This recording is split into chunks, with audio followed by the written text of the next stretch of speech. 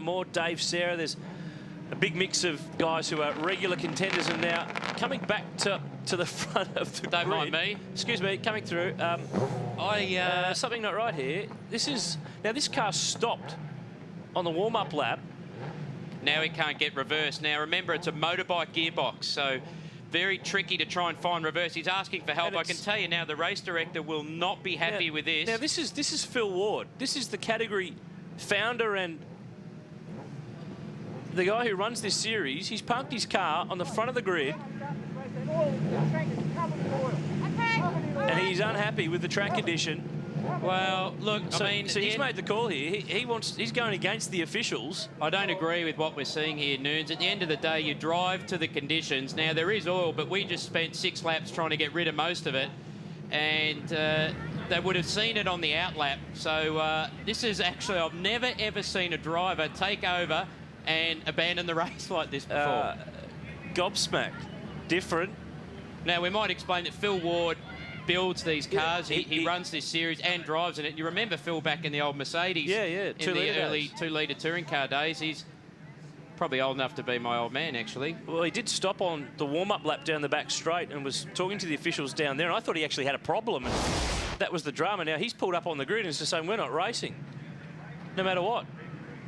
A few of them actually look at the back of the field. I think there's nearly a shunt. This is just a disaster. They've actually thought that the race they thought is it was off. go.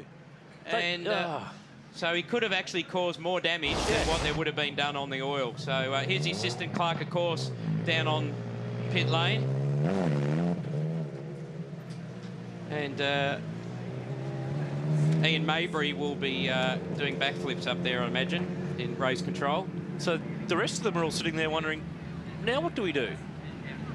It looks like, I wonder if Phil is going to go back to his position. Look, at the end of the day, if you don't feel it's safe, you pull into pit lane. Really simple. So, bit of an odd one, but he does run the category. Perhaps he's trying to have the category's interest at stake. We're on live TV here too. I would have thought that was a pretty big coup for the Aussie racing cars. I'm just writing down in the book of motor racing experience that I've got here, new chapter. Have not seen this one before.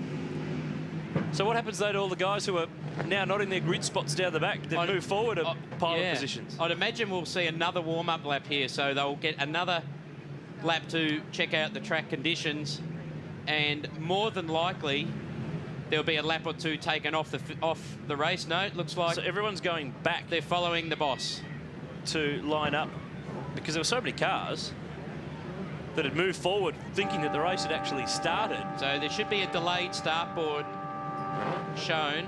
They're actually putting more rubbish on the track now than there was before, I might add. The 1 minute board's being shown, Cam, at start-finish line.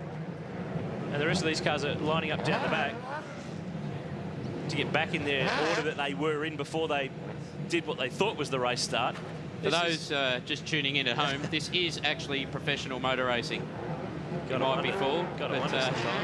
So here we go, green flag, warm-up lap. Half the cars are on the grass, going back to their grid position. So these cars are fairly light. Would have been easy, I think, just to make